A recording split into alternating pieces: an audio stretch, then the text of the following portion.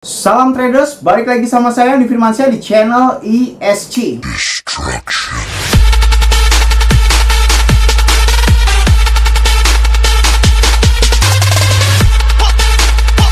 Oke, kali ini saya akan menjelaskan tentang alasan dan kenapa Year Finance dan YFII, atau Year Finance kedua itu mengalami penurunan yang sangat drastis ya. Mulai dari harga 600 juta dan sekarang ini mencapai harga 200 juta ya. Dan yang Year Finance 2 itu mulai dari harga kurang lebih 80 juta sekarang sampai ke 20 juta. Apa kira-kira penyebab mereka bisa turun drastis gitu ya? Jadi sebelum itu jangan lupa klik like, comment, dan subscribe ya. Logikanya kalau misalnya kalian nggak subscribe, ngapain saya buat video lagi? Dukung terus channel ini menjadi channel edukasi cryptocurrency yang terbaik di Indonesia. Nah, langsung saja ke videonya. Sebelum masuk ke dalam video, ini bisa jadi adalah beberapa hal yang saya bilang azab seorang trader yang halu sehingga disangkutin selamanya gitu ya. Jadi ada beberapa orang yang sudah sering saya bilang bahwasanya, atau bahkan beberapa investor saya juga bilang ya, saya bilang juga seperti itu, tapi banyak yang tidak menghiraukan perkataan saya gitu ya. Banyak yang selalu bilang bahwasanya token atau koin itu akan terus naik dan sebagainya. Padahal ada sebuah hal dasar yang dimana sering dilupakan, yaitu apa? Sebenarnya penyebab utama Year Finance ini kita bisa lihat bahwasanya sekarang harga Year Finance di Indodax itu cuma sekitar 206 juta. Bentar lagi menyentuh angka kepala 1, angka kepala 1. Nah, dan kita juga bisa melihat bahwasanya ya, Year Finance 2 atau YFII ini mencapai harga sekarang kurang lebih 20 juta atau bahkan sekarang 19 juta guys. Gila aja, coba bayangin yang tadinya kalian beli di harga kurang lebih 90 juta ya, tiba-tiba kalian sekarang ini melihat YFII itu harganya kurang lebih 20 juta atau 19 juta. Dan banyak sekali penurunannya gitu ya. Jadi gini, sebelum kita bicara lanjut apa kira-kira penyebabnya itu, sebuah token atau sebuah koin ya, yang harus tidak boleh kita lupakan adalah utilitas dan use case-nya. Karena apa? Utilitas dan use case itu menciptakan hal yang dinamakan demand. Demand ini adalah satu-satunya penopang atau satu-satunya tiang yang harus berdiri tegak dalam segala bentuk project. Maupun proyek sebagus apapun itu, ketika memang rumus demand-nya belum tercipta, atau ketika rumus demand-nya masih dipertanyakan, akankah use case dan utilitas ini dipergunakan oleh masyarakat gitu kan? Nah, apakah demand ini akan sekuat dari menahan harga FOMO tersebut, Karena saya bilang apa? FOMO adalah kegiatan yang dimana orang itu panik dan takut untuk ketinggalan membeli gitu kan, takut harga akan semakin naik. Itu akan menyebabkan FOMO yang ini mengakibatkan YFI ini sampai ke harga kurang lebih dari 50 juta sampai ke harga 500 sampai 600 juta rupiah. Dan YFI 2 itu sampai harga 80 juta atau mungkin pernah 100 juta ya kalau tidak salah ya. Tapi sekarang harganya 19 juta rupiah. Kita bisa lihat ya bahwasanya ini ya. Dan kita bisa lihat bahwasanya di sini YFI ini cuma 19.300. Nah, jadi kesimpulannya adalah YFI dan YFII itu apa sih yang harus kita pelajari sebelum investasi? Kecuali Anda adalah pemain scalping alias hit and run, itu tidak ada masalah. Jadi Anda nggak usah melihat video ini kalau memang Anda adalah seorang pemain scalping atau pemain hit and run gitu kan. Nah, tetapi kalau memang Anda adalah ciri khas sebuah investor alias kalian bermain jangka panjang itu seperti gimana sih? Yang kurang lebih kalian itu menghold 1 bulan hingga 1 tahun, berharap harganya akan berkali lipat, seperti halnya kalian investasi sebuah tanah ataupun rumah ataupun beberapa benda yang mewakili sebuah investasi gitu ya. Year Finance dan YFI itu apa gitu kan? Ternyata ada beberapa investor yang tidak mengetahui hal-hal apa yang sebenarnya terjadi dan utilitas apa, use case apa yang ada di dalam Year Finance dan Year Finance 2 gitu kan. Tahukah kalian bahwasanya pada saat kalian mulai investasi dan ingin berinvestasi kepada suatu koin atau suatu saham, kita harus bisa melihat latar belakang dan project apa sehingga demand-nya sekuat apa, kayak gitu kan. Sekarang kita bicara tentang YFI. YFI adalah sebuah project yang berbasis untuk menopang salah satu DeFi gitu kan. Dia intinya projectnya adalah project DeFi. Kalau kalian tidak paham tentang project DeFi ya, silahkan kalian ini lihat video saya yang ini ya untuk secara rinci. Jadi saya anggap kalian sudah melihat video ini dan langsung akan saya jelaskan selanjutnya. Jadi Year Finance ya, dia berbasis DeFi. Logikanya ya, kalau dia mulai dari harga 50 juta hingga sampai 600 juta, sedangkan di sisi lain project DeFi ini memang sudah tenar di kalangan para pemain cryptocurrency atau pemain investor. Tapi bukan berarti YFI atau DeFi projectnya itu bisa lanjut ke dalam ranah masyarakat yang lebih luas. Karena secara logika, kalau kata orang awam ya, orang awam yang sedikit begini, bahwasanya menganggap trading itu adalah antara menang dan kalah, antara memakan dan dimakan. Oke, itu tidak salah. Pernyataan itu tidak salah. Tetapi ada satu hal yang harus kalian ingat dan tidak boleh kalian lupakan. Perbedaan antara cryptocurrency dan judi itu ada satu. Kalau judi itu tidak ada utilitas dan use case-nya, sedangkan cryptocurrency itu mempunyai utilitas dan use case. Jadi selain memakan dan dimakan, oke, selain ada yang kalah dan ada yang menang, jangan lupa bahwasanya demand itu tercipta kepada seseorang yang membutuhkan, alias membutuhkan utilitas dan use case-nya. Itulah alasannya kenapa Bitcoin dan Ethereum sampai detik ini masih menyandang gelar top 2 CMC sedunia. Bang, kadang-kadang kan ya Ethereum itu kan keserap sama USDT. Please deh, jangan agak-agak konyol. USDT kan stable coin, jadi tidak bisa disejajarkan dengan kripto asli. Ya, oke, kadang-kadang memang peringkat 2 itu kesalip di USDT, tapi saya anggap USDT ini tidak termasuk karena memang USDT adalah stable coin. Sedangkan yang selalu menjadi gadang-gadang top 2 rank dunia adalah Bitcoin dan Ethereum.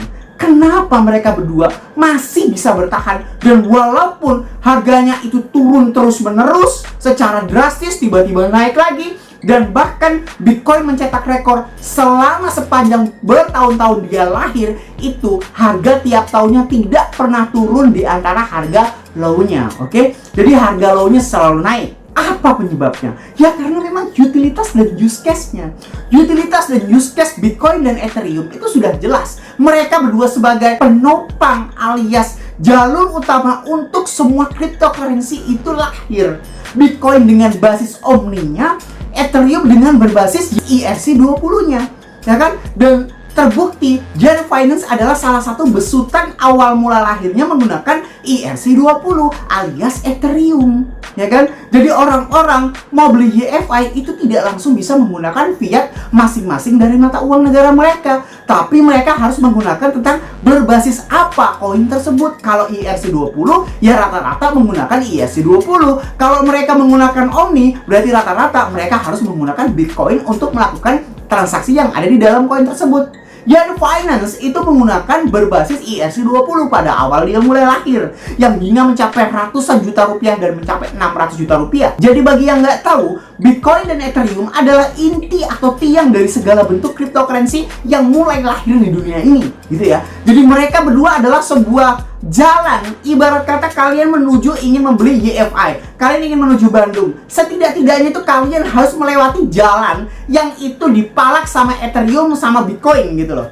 Intinya kalau nggak Ethereum ya Bitcoin yang malak gitu. Kalian ingin pergi ke suatu tempat ya, ongkosnya itu harus menggunakan antara Omni ataupun ERC20. Walaupun memang sekarang udah banyak sekali token yang menggunakan teknologi yang sama, tetapi masih belum bisa menggeser kedua top CMC tersebut ya, seperti XLM, XRP, TRX, dan banyak sekali koin-koin yang berbasis melahirkan sebuah pionir-pionir baru. Tetapi memang masih tidak bisa dipungkiri, Bitcoin dan Ethereum ini masih menyandang gelar top 2 cryptocurrency terbaik. Karena memang apa? Mereka berdua sangat dibutuhkan utilitas dan use case-nya. Oke? Utilitasnya sebagai ibarat kata kalau bahasa awamnya itu jalannya blockchain, use case-nya itu alat untuk membeli sebuah koin tersebut. Entah itu koin baru lahir ataupun memang koin yang beberapa ada di market dunia.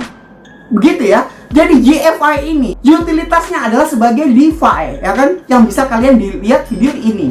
Kalau kalian sudah lihat video itu, seperti yang saya bilang, walaupun memang banyak orang yang bilang bahwasanya DeFi itu menguntungkan dan lain sebagainya, ya seperti tinggal kalian tentukan logika kalian, gitu kan? DeFi itu memang sangat bagus sekali dan memang cetusan sangat bagus. Tetapi logika-logika yang sungguh sangat harus cukup dipertimbangkan itu harus membuat sebagai pilihan di dalam hati dan pilihan sebagai otak juga, gitu kan? Kalau utilitasnya sebagai DeFi, ya kan, dan DeFi itu yang dibangga-banggakan adalah tentang peminjaman 60% itu, kalau memang orang itu bukan dari kalangan cryptocurrency, tidak akan pernah ya orang itu mau menggadaikan 100% total modalnya hanya untuk mendapatkan jaminan 60% dari DeFi. Kalau memang orang itu belum paham cryptocurrency. Jangan panas dulu ya bagi militan DeFi, jangan panas dulu. Kan saya bilang bagi orang yang tidak paham cryptocurrency. Seperti kita yang sudah paham cryptocurrency, mungkin ada pilihan untuk memakai project DeFi tersebut karena memang kita tahu bahwasanya token yang kita jaminkan itu bisa saja naik dan kita mendapatkan keuntungan yang berkali lipat ganda. Begitu bukan? Karena kita menjaminkan misalkan 1 Bitcoin dengan nilai 100 juta rupiah kita jaminkan DeFi, kita mendapatkan fiat sebesar 60 juta rupiah. Dan suatu saat kita kembalikan uang itu dengan bunga misalkan 120 juta, tetapi kita telah mengetahui harga Bitcoin itu mencapai 200 juta, tentu saja kita profit di dalamnya. Iya, saya tahu, tetapi yang mau saya sampaikan adalah tidak semua orang, atau bahkan yang lebih tepatnya yang tidak paham tentang kripto, itu mustahil dan sangat sulit rasanya untuk mempercayai sebuah produk yang dimana dia mempercayakan 100% aset mereka dan mereka hanya mendapatkan 60% dari total tersebut, yaitu teknologi dari DeFi itu tadi, oke? Nah, Year Finance ini menggunakan teknologi tersebut. Dan YFII itu adalah fork dari Year Finance 1 gitu kan. YFII itu diciptakan untuk mengulang kesuksesan YFII. Jadi ada dua alasan kenapa Year Finance 2 itu diciptakan. Karena Year Finance 1 itu sudah sukses, dianggap sukses karena memang sekarang top 37 CMC. Dan yang kedua, sebagai pilihan lain atau choice lain sehingga kita bisa memilih sebuah koin yang lebih murah daripada Year Finance. Ibaratnya, kenapa YFI Year Finance 2 itu diciptakan untuk memberi sebuah pilihan yang lebih murah, titik. Jadi utilitas dan use case Year Finance itu sebagai DeFi, oke?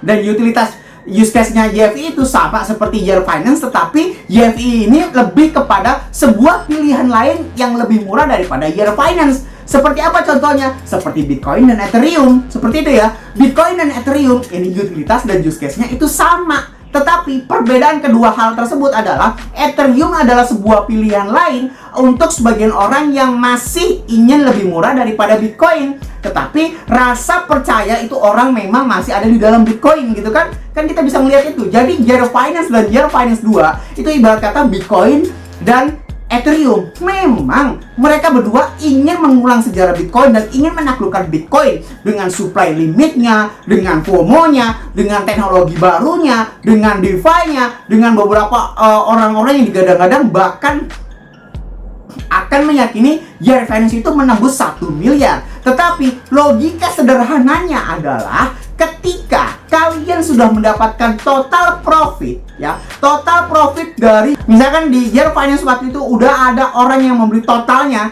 5 miliar rupiah ya, beli di harga 50 juta. Dan waktu itu Year Finance pernah menembus ke harga 600 juta atau kita ambil 500 juta. Berarti kan naik 10 kali lipat. Berarti harus ada demand yang cukup kuat ya. Ini ya, garis bawahi. Harus ada demand yang cukup kuat untuk menahan 50 miliar rupiah di dalam harga 500 juta. Pertanyaannya, ketika demand belum cukup kuat karena utilitas dan use case-nya itu hanya dipergunakan oleh para profesional cryptocurrency atau para investor profesional cryptocurrency yang tidak semerta-merta semua orang memakai produk DeFi karena memang mengingat DeFi ini masih baru. Wah, DeFi itu kan keren.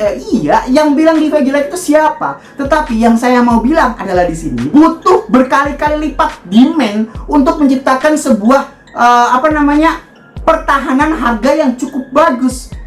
Akibatnya, ketika orang terlalu banyak berhalusinasi, dia terus menghold, ada beberapa cukong, ada beberapa paus yang menginstan sell semua koin mereka.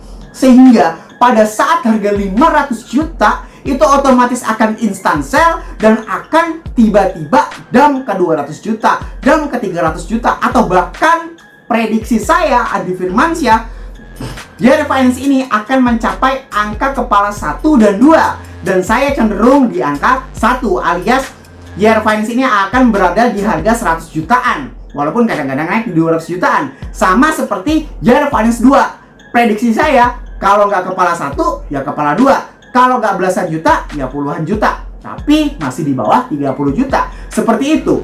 Inti dari video ini bahwasanya mengajarkan, yang pertama, jangan terlalu berhalusinasi kalian untuk menghold koin secara jangka panjang. Karena memang korbannya sudah banyak seperti Year Finance. Bayangin kalau misalnya kalian beli 80 juta, sekarang harga 20 juta, kalau kalian beli 1 miliar gimana? Susah kan? Nah. Yang kedua, sebelum kalian investasi, kalian harus mempelajari utilitas dan use case-nya. Oke? Itu yang kedua. Yang ketiga, Anda harus mencari alasan koin itu bisa naik, bagaimana logikanya koin itu bisa naik dan bisa bertahan itu bagaimana. Kalau memang seperti YFI ini masih berbasis tentang DeFi, bagaimana logikanya dia bisa menahan puluhan kali lipat uang dari investor itu. Jadi kan logikanya kalau misalkan beli 5 miliar, jual 10 kali lipat, harus ada uang 50 miliar tembok buy di dalam harga 500 juta. Duit siapa itu?